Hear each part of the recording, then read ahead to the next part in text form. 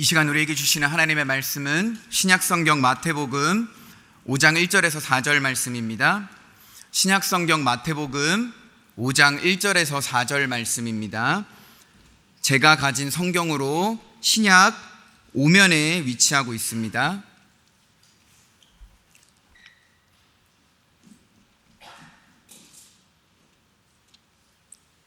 마태복음 5장 1절에서 4절까지의 말씀, 저희 다 찾으신 줄로 알고 짧은 말씀이기 때문에 우리 처음부터 끝까지 같이 한 목소리로 읽도록 하겠습니다. 시작. 예수께서 무리를 보시고 산에 올라가 앉으시니 제자들이 나아온지라 입을 열어 가르쳐 이르되 심령이 가난한 자는 복이 있나니 천국이 그들의 것이미요 애통하는 자는 복이 있나니 그들이 위로를 받을 것이미요. 아멘. 우리 시간에 옆에 계신 성도님들과 함께 우리 이렇게 인사했으면 좋겠습니다. 심령이 가난한 자는 복이 있습니다. 시작. 자, 우리 한 번 더 인사하실 때 이렇게 인사하도록 하겠습니다. 애통하는 자는 복이 있습니다. 시작. 우리 마지막으로 인사하실 때는 우리 세 사람 이상씩 한번 이렇게 인사했으면 좋겠어요. 애통하는 자에게 위로의 복이 있습니다. 시작.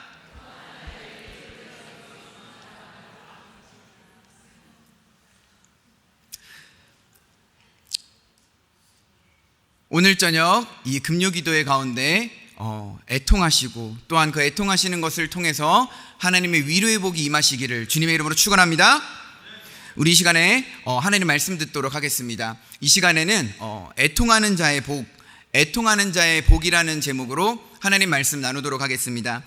우리가 오늘 보게 되는 성경은 마태복음입니다. 마태복음을 보게 되면 5장부터 8장까지 산상수훈이라는 주제로 나오게 됩니다. 우리가 흔히 말하는 산상수훈이 왜 산상수훈이냐면 예수님께서 이제 산에서 이제 제자들과 자신을 따르는 무리들에게 말씀을 가르쳤기 때문에 산상수훈이라고 하는 것이죠. 자, 그렇다면 예수님께서는 왜 하필 들도 있고 바다도 있고 회당도 있는데 산에서 가르친 것일까요? 이 마태복음이라고 하는 성경은요, 마태가 유대인들에게 예수 그리스도의 복음을 가르치기 위해서 기록한 성경입니다. 그래서 마치 모세가 시내산에서 백성들에게 율법을 가르쳤듯이 예수님도 모세와 같은 권위로 백성들에게 하나님의 말씀을 가르친다라고 해서 예수님이 지금 산에서 가르치고 있다라는 사실이죠. 그래서 지금 이 마태는요, 이 유대인들의 조상들인 아브라함과 모세 이런 사람들을 지금 불러와서 예수님이 마치 그 모세와 같은 권위로 지금 산에서 백성들에게 말씀을 가르친다라는 것을 지금 표현하고 있는 것입니다. 그래서 이 마태복음 5장에서부터 8장까지를 우리가 산상수훈이라고 하는 것이죠. 예수님의 핵심 사역을 보게 되면 세 가지입니다. 이 마태복음 4장 23절에 보게 되면 예수님이 이 땅에 오셔서 하신 핵심 사역이 회당에서 가르치시고 천국 복음을 전파하시고 모든 병든 자와 모든 약한 것을 고치셨다라고 이야기를 하는 것이죠. 그런데 지금 예수님이 이제 그 핵심 사역 세 가지 중에 첫 번째인 가르치시는 사역을 이제 하고 있다라는 겁니다. 예수님께서 도대체 무엇을 가르치려고 하시는 것일까요? 바로 우리가 흔히 이야기하는 이 8가지 팔복에 대해서 가르치려고 하는데요, 이 팔복에 보게 되면 첫 번째 복이 뭡니까? 심령이 가난한 자는 복이 있나니 천국이 그들의 것이라고 기록을 하고 있습니다. 여러분, 이 심령이 가난하다는 게 무슨 말일까요? 이 심령이라는 단어는요, 헬라어 원문에 보면 이 푸뉴마라는 단어로 사용을 하고 있습니다. 푸뉴마라는 단어를 쓰고 있어요. 이 푸뉴마라고 하는 단어가 하나님을 향해서 쓸 때는 바람이라고도 쓰이고 영이라고도 쓰이고 그리고 여러 가지 단어로 쓰입니다.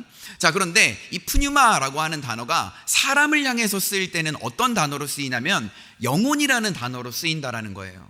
그러니까 심령이 가난한 자를 번역해서 이야기를 하자면 영혼이 가난한 자를 이야기를 하는 겁니다. 여러분, 영혼이 가난하다는 게 뭘까요? 영혼이 힘이 없다는 것을 이야기를 하는 것이죠. 우리의 영혼은 힘이 없다라는 거예요. 우리는 절대자이신 하나님, 창조주이신 하나님으로부터 지음받은 힘이 없고 연약한 인간들이라는 것입니다. 그렇기 때문에 우리는 힘이 없는 인간, 힘이 없는 영혼이기 때문에 하나님을 의지하지 않고는 살아갈 수 없는 것이죠. 하나님을 찾지 않고는 살아갈 수 없는 것이죠.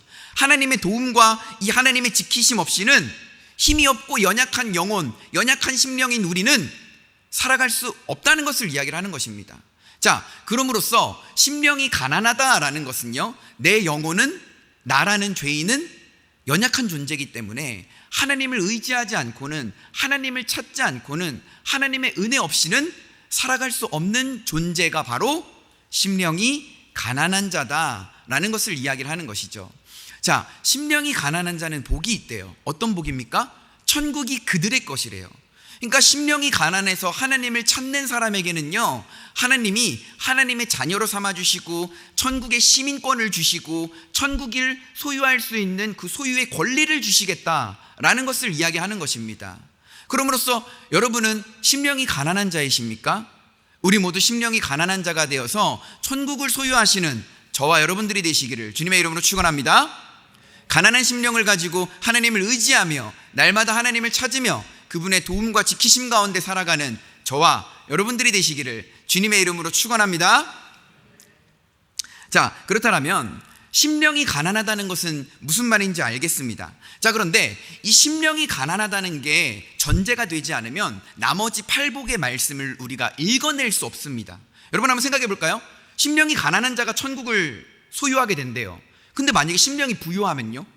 나는 잘 먹고 나는 잘 살아, 나는 하나님 없이도 잘 사는데 내가 왜 하나님에게 의지해야 되지? 이렇게 심령이 부유한 사람이 있다고 칩시다. 이 사람에게 하나님의 복이 과연 필요 있을까요? 없는 것이죠. 그러니까 심령이 가난한 사람만이 천국에 갈 수 있고, 심령이 가난한 사람만이 나머지 7개의 복을 누릴 수 있는 권리가 있는 것입니다. 심령이 부유하고 교만하고 하나님 없이도 살아갈 수 있다고 이야기하는 어리석은 사람들은 이 팔복을 누릴 수가 없는 것이죠. 그렇기 때문에 심령이 가난해야지만 이 팔복의 모든 복을 우리가 받을 수 있다라는 것이죠.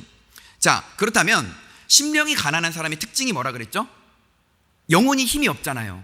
영혼이 약하잖아요. 그러니까 누굴 찾습니까? 하나님을 찾아요. 하나님에게 도와달라 그래요. 하나님을 의지하면서 이 죄된 인생을 살아가려고 합니다. 자, 그런데 재미있는 사실은 심령이 가난한 자가 하나님을 찾으려고 하면 할수록 무슨 현상이 발생하는지 아십니까? 벽에 가로막혀요. 절망에 빠집니다. 왜 심령이 가난한 사람이 하나님 앞에 나아가려고 하면 할수록 벽에 가로막히고 절망에 빠지는지 아십니까? 바로 죄라는 벽 때문이죠. 이 죄가 우리에게 절망을 주기 때문입니다. 나는 내가 하나님에게 나아가면 하나님을 찾고 하나님하고 사랑하고 하나님하고 함께 잘 지낼 수 있을 거라고 생각했는데 죄가 우리를 가로막아요. 죄가 우리의 발목을 잡습니다. 그러니까 심령이 가난한 사람은 하나님을 찾고 싶어서 하나님 앞에 나아가는데 죄로 인해 막히니까, 죄가 발목을 잡으니까, 죄가 계속해서 죄를 짓게 만들어서 나하고 하나님 사이를 멀어지게 만들고 나하고 하나님 사이를 단절되게 만드니까 심령이 가난한 사람이 이제 어떻게 할 수밖에 없냐면 애통할 수밖에 없는 것이죠. 심령이 가난한 사람이라면 애통이 터져나올 수밖에 없다라는 것입니다. 아멘이십니까? 자, 그렇다면 여러분, 애통한다는 게 뭘까요? 슬피 운다라는 걸 이야기를 하는 것입니다. 그런데 여러분, 우리 슬퍼서 울잖아요. 막 드라마를 보고 영화를 봐도 우리 슬퍼서 울 수 있고, 정들었던 사람과 잠시 이별할 때도 우리가 슬퍼서 울 수 있고, 여러 가지 경우에서 우리가 슬퍼서 울 수 있는데, 제가 생각할 때 가장 슬픈 이 눈물은요, 아무래도 이제 내가 사랑하는 사람이 하나님의 부르심을 받았을 때 흘리는 눈물이 이 가장 큰 슬픔의 눈물이지 않을까를 한번 생각해 보게 됩니다. 오늘 말씀해 보게 되면요, 이 애통이라고 하는 슬픔은요, 사람이 죽었을 때 느끼는, 그 인간이 느끼는 최고의 그 절정의 슬픔을 이야기를 하는 것이죠. 그리고 또한 인간이 어떤 것을 상실하고 어떤 것에 절망에 빠졌을 때 느끼는 슬픔을 바로 애통이라고 이야기를 하는 것입니다. 자, 하나님 앞에 나아가려고 했는데 죄가 나를 가로막고 죄가 나를 발목 잡아서 넘어뜨리고 죄가 나를 도적질하고 죽이고 멸망시킴으로 인하여서 하나님 앞에 나아가지 못하게 해요. 그러니까 심령이 가난한 사람은 애통하게 됩니다. 슬퍼요. 사랑하는 하나님 앞에 나아가고 싶은데 나는 하나님 없이는 살 수 없는데 하나님 앞에 나아가려고 하니까 죄가 못 나가게 막는 것이죠. 그러니까 이 죄인인 인간이 무능함을 느끼는 거예요. 나는 무능하구나. 하나님 앞에 나아갈 수 없는 무능한 존재구나. 죄인된 존재구나. 그러면서 슬피 우는 것밖에 할 수 없다라는 사실입니다. 애통하는 자라는 사실이죠. 여러분, 세상 사람들은요, 문제가 들이닥쳤을 때 문제 앞에서 방법을 찾으려고 합니다. 그런데 하나님이 찾으시는 사람은 어떤 사람이냐면 문제 앞에서 기도하는 사람이라는 사실입니다. 여러분, 세상을 살아갈 때, 인생을 살아갈 때, 여러분, 죄라는 벽을 마주할 때, 인생에 문제가 들이닥칠 때 방법을 찾지 마시고 하나님 앞에 기도함으로써 하나님을 찾으시는 여러분 되시기를 주님의 이름으로 축원합니다. 여러분, 인간이 보통 이제 슬피 울게 되면요, 어떻게 되냐면 마음에 고통이 느껴지게 되는 것이죠.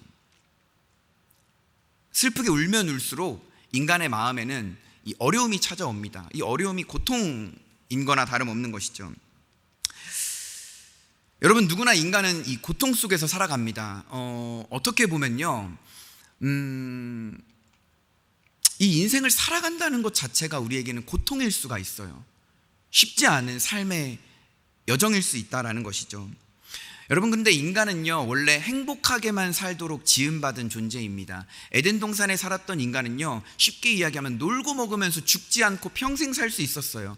그리고 하나님이 지으신 모습, 창조하신 모습 그대로 인간이 가장 인간다운 모습으로 놀고 먹으면서 왕노릇하면서 영원히 살 수 있었다라는 것이죠. 그런데 인간들이 죄를 지었습니다. 타락하게 됐어요. 더 이상 이제 에덴 동산에서 살 수 없어서 쫓겨나게 되었습니다. 그러면서 인간에게는 뭐가 찾아왔습니까? 고통이 찾아오게 되었다라는 거예요. 여러분, 창세기에 보게 되면 대표적으로 인간에게 어떤 고통이 찾아왔다고 기록되어 있습니까? 여성들은요, 임신을 해야 되고요, 그리고 해산하는 고통이 여성들에게 찾아왔죠. 혹은 여성을 포함해서 남성까지도 땀을 흘려서 일해야 합니다. 노동해야 됩니다. 옛날에는 하나님의 일반 계시로 인하여서 그냥 자라났던 열매들 따먹고 하나님이 주시는 음식들 그냥 막 먹으면서 자랄 수 있었는데, 이제는 땀 흘려서 수고해서 노동해서 일해야지만 먹고 살 수 있게 되는 것이죠. 여러분, 노동을 하면 인간에게 뭐가 찾아옵니까? 고통이 찾아오게 되는 것이죠. 그리고 가장 중요한 거, 에덴 동산에서 쫓겨나게 되었습니다. 추방을 당했어요. 그럼으로써 인간이 뭐 하게 되죠? 더 이상 생명나무의 열매를 따먹을 수 없는 것이죠. 선악을 알게 하는 나무의 열매도 건드릴 수 없을 뿐만 아니라 생명나무의 열매까지 건드릴 수 없기 때문에 인간은 이제 영생할 수 없는 존재가 되어버렸다는 것이죠. 인간이 점점 이제 그 쫓겨난 시점을 비롯해서 노화가 진행이 됩니다. 그러면서 인간에게 뭐가 찾아오죠? 노화로 인한 고통이 찾아오게 되는 것이죠. 그러니까 인간은요, 이 고통을 느끼면서 살아갈 수밖에 없는 것이죠. 자, 그런데 세상 사람들 누구나 해산하는 고통, 노동하는 고통, 노화로 인한 고통, 이러한 일반적인 이런 고통들을 느낍니다. 그런데 여러분, 조금 억울한 사실은요, 크리스찬들은요, 한 가지 고통을 더 느껴야 돼요. 그 고통이 무엇인지 아십니까? 바로 이런 세상의 일반적인 사람들이 겪는 고통 이외에 영적인 고통을 느껴야 한다는 사실이에요. 영적인 고통. 자, 그렇다면 여러분, 심령이 가난한 자입니다. 하나님 없이는 내가 살 수 없어요. 하나님 앞에 나아가려고 했는데 죄로 가로막혀서 분통이 터져가지고 애통하게 됩니다. 슬피 울어요. 하나님이랑 교제하고 싶은데 못하니까 우는 거예요. 죄 때문에 맨날 넘어지는 내 모습을 보면서 무능함을 느끼고 자괴감을 느끼고 죄책감을 느끼고 우는 겁니다.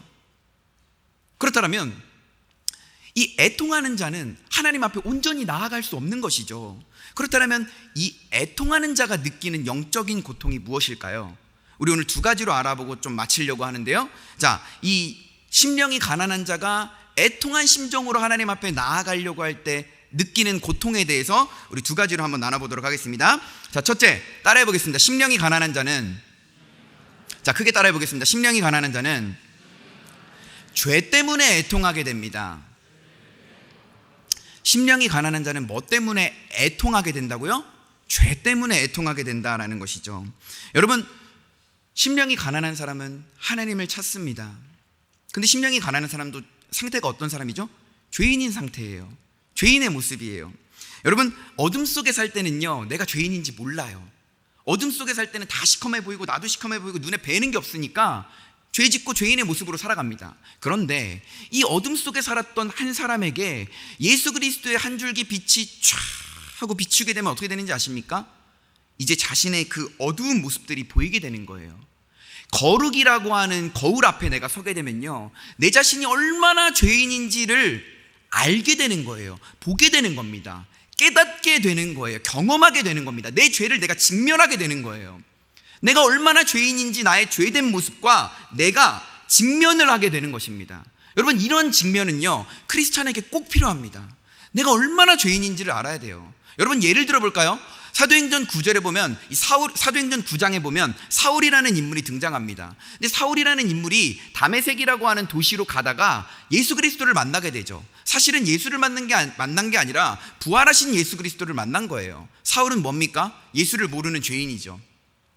죄를 용서받지 않은 사람이죠. 근데 다메섹을 향하여 가다가 그 가는 길 가운데 빛으로 나타나시는 예수 그리스도를 만나게 됩니다. 한 줄기의 빛이 마치 연극 가운데 주인공 한 명을 비추듯이 그 스포트라이트가 쫙 하고 비추게 되는 거예요. 그러니까 사울이 어떻게 됩니까? 눈이 멀게 되죠. 왜 눈이 멀게 됐는지 아십니까? 하나님이 더 이상 앞으로 나아가지 못하게 하려고 눈을 멀게 하신 것도 있지만, 죄인이 빛 대신 부활하신 그 예수 그리스도를 마주하는 순간 눈이 멀어버릴 수밖에 없다라는 사실이죠. 여러분, 그렇게 내가 죄인이라는 사실을 깨달아야지만 내가 얼마나 큰 죄인이라는 사실을 우리가 알게 된다라는 것입니다.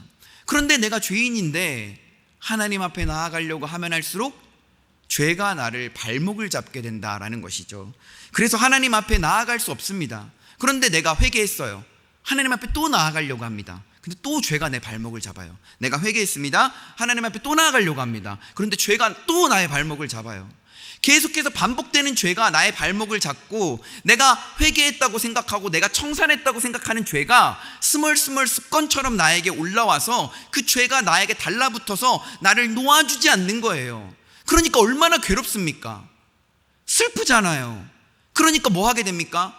애통할 수밖에 없다라는 겁니다. 상실감에 빠지고 절망에 빠져서 절규가 쏟아져 나올 수밖에 없다라는 것이죠. 그런데 여러분, 하나님은 어떤 자를 찾으시는지 아십니까? 죄 안 짓는 사람을 찾으시는 게 아니라, 하나님은 이렇게 가난한 심령을 가지고 자신 앞에 나아올 때 계속 번번이 넘어지는 자를 찾으신다라는 사실이에요. 하나님 앞에 나아가면서 애통하는 자를 찾으신다라는 사실입니다. 아멘이십니까? 여러분, 성경을 보면요, 애통하는 사람들이 굉장히 많이 나옵니다. 눈물을 흘리는 사람들이 굉장히 많아요. 예를 들면 예수님도 대표적으로 눈물을 흘리신 분이죠. 그런데 우리가 성경을 볼 때 가장 안타까운 눈물을 흘렸던 사람이, 저는 개인적으로 예레미야라고 생각합니다. 여러분, 오죽했으면 예레미야 애가라는 성경이 있을까요? 이 애가라는 게 뜻이 뭡니까? 소리 높여서 크게 운다라는 거예요. 더 쉽게 표현하면 엉엉 운다라는 거예요. 그냥 소리 지르면서 엉엉 우는 것밖에 안 하는 거랍니다. 그게 애가라는 거예요. 예레미야라고 하는 선지자가 애가를 썼습니다. 그래서 예레미야 애가죠. 왜 썼습니까? 뭐 여러 가지 이유가 있지만 핵심적인 이유만 얘기하자면, 열왕기하 17장에 보면 아시리아, 이 아수르라고 하는 나라가 이 북이스라엘을 침공해가지고 멸망시켜버립니다. 하나님의 나라를 멸망시켜버려요. 북이스라엘이 죄를 회개하지 않았기 때문에 하나님이 아수르라는 나라를 들어쓰셔서 북이스라엘을 심판하신 것이죠. 나라를 멸망시켜버립니다. 그러니까 그때 예레미야가 통곡을 하게 되는 것이죠. 왠지 아십니까? 단순히 나라가 망해서 운 것도 있어요. 내 동족들이 살해당하는 걸 보면서 우는 것도 있습니다. 내 사랑하는 가족, 친척, 동족들이 포로로 끌려가는 것을 보면서 절망 가운데 울었던 것도 있어요. 근데 뭐 때문에 가장 핵심적으로 그렇게 울었냐면, 하나님이 우리를 떠난 것 같아서 운 것이에요.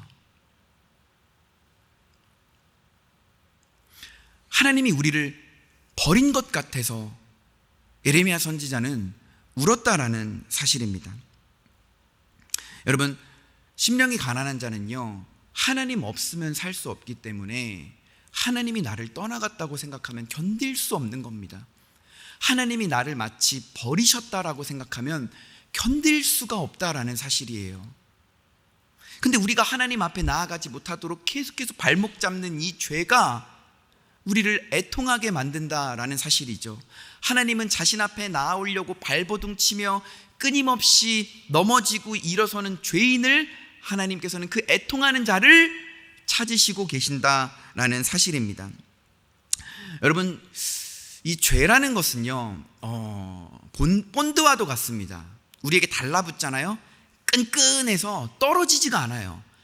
우리에게 본드같이 달라붙어서 떨어지지 않습니다.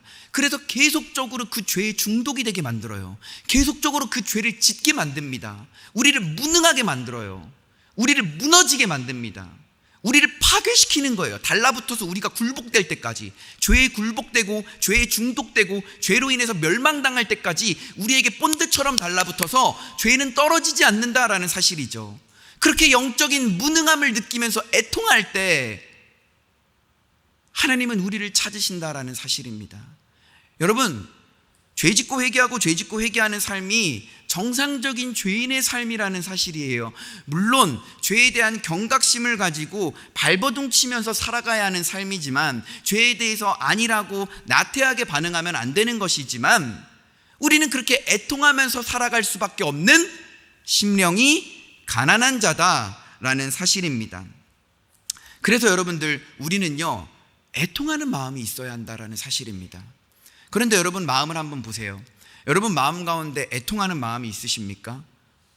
하나님이랑 교제하고 싶은데, 사랑하고 싶은데, 하나님 앞에 나아가고 싶은데, 뭔가 죄와 세상의 것들, 나의 게으름과 영적인 나태함이 나를 발목 잡아서 하나님 앞에 나아가지 못한다라는 사실 때문에 여러분 애통하고 계십니까? 여러분, 오늘 저녁 이 시간 가운데 애통한 마음이 회복되시기를 주님의 이름으로 축원합니다. 그래서 여러분, 우리가 하나님 앞에 나아가지 못한다면, 내가 죄에 중독되어 있다면, 죄라는 본드가 나에게 덕지덕지 발려져 있다면 여러분 울어야 돼요. 여러분, 우는 거 외에 방법이 없어요. 애통하는 거 외에 방법이 없습니다. 왜요? 우리는 전적으로 무능력한 죄인이기 때문이죠. 그렇기 때문에 나는 힘이 없다라고 인정하고, 나는 무능하다라고 인정하고, 이 가난한 심령, 가난한 영혼을 가지고 하나님 앞에 우는 것 말고는 방법이 없다라는 것입니다. 많은 사람들이 내가 뭘 할 수 있을 거라고 생각해요. 난 아무것도 할 수 없어요. 왜요? 심령이 가난한 자, 무능한 자, 죄에 발목 잡히는 자, 그저 그냥 애통하는 것밖에 할 수 없는 영적인 죄인이라는 사실이기 때문입니다. 여러분, 그럼으로써 우리가 가난한 심령을 가지고 애통하는 마음으로 하나님 앞에 나아가는 저와 여러분들이 되시기를 주님의 이름으로 축원합니다. 여러분, 애통한 자는 뭐 때문에 고통을 받는다고요? 죄 때문에 고통을 받는다고요. 자, 그렇다면 여러분, 애통하는 자는요 또 뭐 때문에 고통을 받는지 아십니까? 우리 한번 따라해 보도록 하겠습니다. 심령이 가난한 자는, 다시 한번 크게 따라하겠습니다. 심령이 가난한 자는 하나님 나라 때문에 애통해야 됩니다.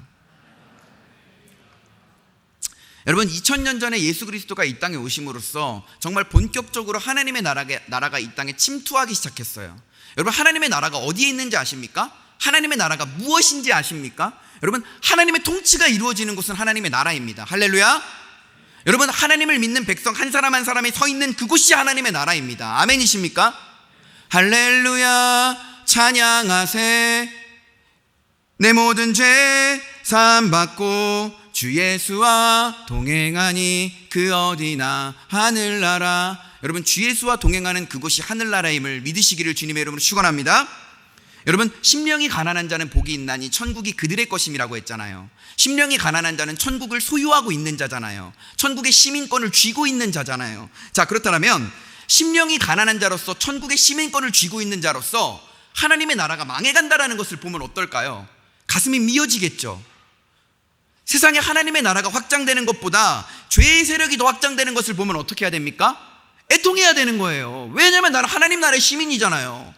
하나님 나라가 망해가는 것을 보고 좋아할 사람이 누가 있습니까? 그런데 세상을 살아가면서 볼까요? 하나님의 나라가 확장이 되어가는 것보다, 예수 그리스도를 믿는 사람이 한 사람 한 사람 세워지는 것보다, 하나님의 통치가 임하는 영역보다 죄의 세력이 더 확장되어지고 죄가 이 땅을 더 통치하는 것을 보게 되어질 때 우리는 애통해야 되는 것이죠.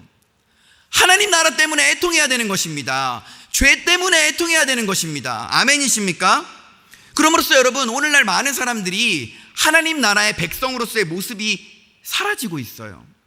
하나님 나라가 점점 흐려져 가고 있고요, 하나님 나라의 시민으로서, 백성으로서 하나님의 뜻과는 점점 더 멀어지게 살아가고 있습니다. 하나님 나라가 이 땅에서 입지가 좁아지는 것 같아요.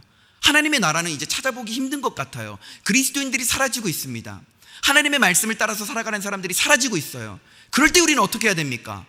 애통해야 되는 것이죠. 제 친구가 지금 제 동기 목사인데 영국에 유학을 가 있습니다. 제 친구가 성당에서 파트타임으로 아르바이트를 해요. 근데 그 성당이 낮에는 그 문화생활을 하는 사람들에게 장소를 빌려주고 저녁에는 맥주를 파는 성당입니다. 실제로 제 90년대생 동기 목사가 영국에 유학 가서 지금 그러고 있어요. 근데 여러분 알다시피 영국이라는 나라가 어떤 나라입니까? 기독교 부흥의 발상지 아닙니까? 청교도의 혁명이 일어났던 곳이 아닙니까? 그런데 그런 곳이 2023년을 살아가는 현재 그런 성당과 그런 교회와 그런 종교시설들이 문을 닫고 마치 그냥 유물처럼 유적지처럼 매각되어지고 변질되어져 가고 있는 모습을 보고 있는 거예요. 단편적인 예지만 하나님의 나라가 점점 사라져가고 있습니다. 하나님을 믿는 백성들이 점점 사라져가고 있어요. 우리는 이 모습 가운데 애통해야 되는 것입니다. 아멘이십니까? 여러분, 그렇기 때문에 심령이 가난한 자는 죄 때문에 애통하고 하나님 나라 때문에 애통해야 되는 것을 믿으시기를 주님의 이름으로 축원합니다. 여러분, 죄 때문에 애통하는 사람, 하나님 나라 때문에 애통하는 사람은요, 뭐가 있다고 하죠? 오늘 말씀에서 한 글자로 복이 있다고 합니다. 그런데 복이 좀 약간 좀 우리가 느낄 때 좀 시시할 수 있어요. 어떤 복이라고 이야기합니까? 위로라고 이야기해요. 위로. 그런데 이 위로는요, 사람이 할 수 없는 위로예요. 오직 하나님만이 주실 수 있는 위로입니다. 그러니까 유한한 인간이 줄 수 있는 유한한 위로가 아니라 무한한 하나님만이 주실 수 있는, 무한히 채워줄 수 있는 위로라는 거예요. 근데 위로라는 단어가 한글 성경에서는 위로라고 적혀져 있지만 이 헬라어 원문 성경에서 보게 되면 파라칼레오라는 단어로 기록되어 있습니다. 말이 조금 어렵죠? 파라칼레오. 이 파라라는 말은 무슨 말이냐면요, 뭐뭐 옆에서라는 뜻입니다. 칼레오라는 말은 부르다라는 뜻이에요. 그러니까 파라칼레오라고 하는 단어는 옆에서 부르다라는 뜻입니다. 그런데 여러분, 요한복음 14장에 보게 되면요, 예수님께서 내가 보혜사인데 이제 내가 천국 가고 다른 보혜사가 이 땅에 올 거다. 근데 그 다른 보혜사를 뭐라고 표현하냐면 파라클레토스라고 표현합니다. 파라칼레오, 이 파라클레토스, 뭔가 좀 단어가 비슷하지 않습니까? 조금 변형이 됐을 뿐이지 어원은 똑같습니다. 무슨 말이냐면 옆에서 부르는 사람이 파라칼레오, 파라클레토스라는 거예요. 그러니까 옆에서 부르는 사람이 누구냐면 다른 보혜사인 주의 성령이라는 사실이죠. 주의 성령이 우리 옆에 오셔서 우리를 부릅니다. 일로 와봐 이러면서 내 옆으로 와봐 부르는 거죠. 오면 뭘 해주십니까? 위로를 해주시는 거예요. 너 애통했니? 너 죄 때문에 괴롭니? 너 하나님 나라가 쇠퇴해져 가고 그리스도인들이 죽어나가는 것을 볼 때 너 힘드니? 절망 가운데 빠져있니? 네가 영적으로 얼마나 무능한 죄인인지 알겠니? 내가 너를 위로해 줄게. 내가 너와 공감해 줄게. 내가 너를 토닥토닥 토닥이면서 너에게 새로운 힘을 줄게. 세상이 줄 수 없는 평안, 세상이 줄 수 없는 위로를 주의 성령은 파라클레토스 되시는 그 주의 성령은 우리 가운데 찾아오셔서 오직 신이 줄 수 있는, 오직 영이신 하나님만이 줄 수 있는 위로를 우리에게 주신다라는 거예요. 누구에게만요? 애통하는 자에게만요. 애통하는 자가 위로를 얻는 겁니다. 애통하는 자가 주의 성령의 만지심을 경험할 수 있는 거예요. 아멘이십니까? 여러분, 우리가 고장나요. 우리가 고통받습니다. 어디로 가야 됩니까? 하나님에게로 가야 되죠. 여러분, 우리가 청소기를 구매했습니다. 청소기를 쓰다 고장났어요. 그럼 어디로 가져갑니까? 청소기를 만든 회사에게 가져가서 고쳐달라고 해야 되지 않겠습니까? 청소기 들고 편의점 가서 고쳐달라고 할 수 없잖아요. 여러분, 우리가 고장나요. 우리가 고통받아요. 우리가 애통합니다. 우리가 위로가 필요해요. 그럼 우리 누구한테 가야 됩니까? 하나님에게 가야 되죠. 성부 하나님도 우리와 함께 계시고 성자 예수님도 우리와 함께 계시지만 실질적으로 영이신 성령 하나님과 우리와 더불어서 우리가 하나님의 자녀인 것을 친히 증거하신다라는 사실이죠. 우리와 동행하시면서 우리와 모든 것을 함께 하시는 성령 하나님께 우리가 나아가서 그 성령 하나님의 부르심의 초청을 받아서 우리가 그분께 나아가서 그분에게 고치심을 받아야 한다는 거죠. 그분에게 위로를 받아야 된다는 거죠. 근데 조건이 있어요. 자격이 있습니다. 심령이 가난해야 돼요. 애통해야 돼요. 여러분, 오늘날 많은 그리스도인들이 심령이 부요해요. 애통하지 않습니다. 눈물이 사라졌어요. 여러분, 기도할 때 꼭 큰 소리로 기도 안 해도 됩니다. 여러분, 기도할 때 꼭 울지 않아도 돼요. 근데 큰 소리로 기도해야 되고 울어야 되는 이유가 뭔지 아십니까?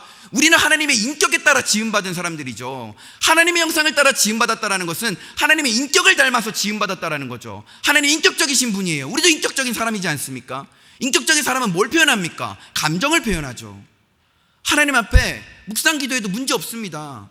하지만 큰 소리 치면서 감정을 드러내면서 기도할 때도 있는 거예요. 울지 않고 기도해도 됩니다. 하지만 여러분, 때로는 애통하는, 철규하는 눈물의 기도가 필요할 때가 있다라는 사실입니다. 여러분, 애통하는 자는 복이 있습니다. 아멘이십니까? 죄 때문에 애통해야 되는 것이고 하나님의 나라 때문에 애통해야 되는 것입니다. 여러분, 다음 주에 우리 다음 세대 사랑하는 청년들이 수련회를 가게 됩니다. 주제를 하나님이 너를 엄청 많이 사랑하신대라는 찬양의 제목을 제가 빌려와서 주제를 정했는데요. 여러분, 하나님의 사랑을 경험하는 사람이 어떻게 애통하지 않을 수가 있겠습니까? 여러분, 청년들 애통해야 됩니다. 아멘이십니까? 여러분, 우리 모든 평안의 성도님들이 하나님 앞에 애통함으로 가난한 심령을 들고 나아감으로써 하나님께서 우리에게 주시는 복과 하나님께서 우리에게 주시는 그 세상이 줄 수 없는 위로를 경험하시기를 주님의 이름으로 축원합니다. 그럼으로써 여러분, 내가 애통하는 사람인지를 진단해 보세요. 내가 심령이 가난한 사람인지를 진단해 보세요. 그럼으로써 내가 심령이 부유하다면 하나님, 내가 가난한 심령을 가지게 하여 주시옵소서. 하나님, 내가 눈물이 없어요. 하나님, 내가 애통하지가 않아요. 나의 마음을 깨트려 주시고 나의 마음을 찔러 주셔서 나의 마음 가운데 깨닫게 해주셔서 내가 애통함으로 하나님 앞에 나아갈 수 있는 긍휼을 입는 자가 되게 하여 주시옵소서 라고 기도하는 저와 여러분들이 되시기를 축원합니다. 그러므로써 오늘 저녁 가운데 가난한 심령으로 애통하게 하나님 앞에 나아감으로써 하나님이 주시는 위로의 복을 경험하시는, 주의 성령을 경험하시는 저와 여러분들이 되시기를 주님의 이름으로 축원합니다. 우리 시간 찬양하도록 하겠습니다.